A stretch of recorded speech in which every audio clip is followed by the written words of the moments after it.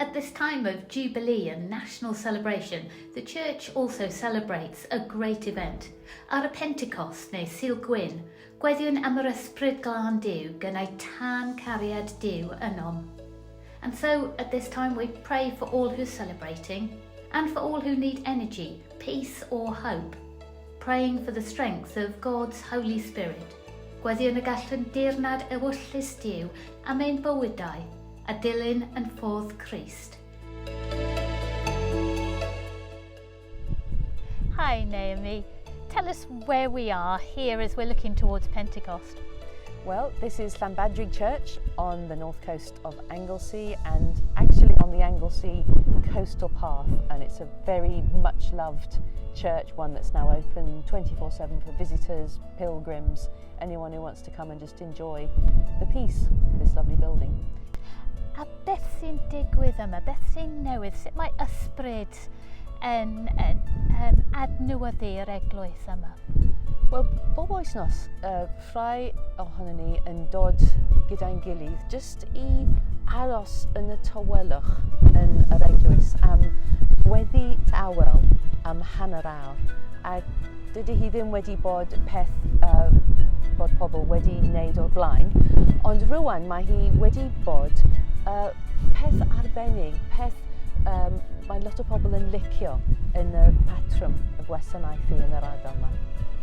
Ni'n teimlo gwynt yma, hynny'n fel yr Ysbryd Glân, ond dydy. Ond beth ydy roddion yr Ysbryd Glân fod mae pobl yn cwrdd mewn tawelwch?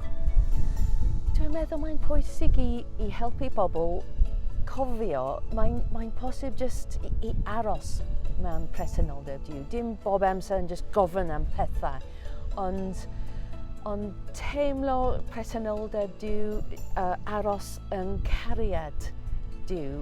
Weithiau just teimlad tu mewn, edrych ar y eglwys hardd yn cael atgofion am y trigaredd Duw dros y canrifoedd yn lle fel hynny.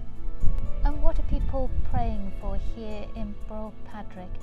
Well, of course we're praying for peace. We're praying especially for peace in Ukraine, praying for the needs of the world generally, praying for our communities where people, sometimes struggling to find work after so many changes in the Anglesey patterns of employment. Praying for family relationships, all kinds of things, really, and also praying the prayers that are left in this church by visitors and pilgrims. O Dduw, bydde di dan dy Ysbryd Glân losgi'n llachar yn ein calonnau, a chynnau ynom sel i'th wasanaethu, trwy Iesu Grist ein gobaith. Amen. O God, may the fire of your Holy Spirit burn brightly in our hearts and kindle in us a zeal to serve you. Through Jesus Christ our hope. Amen.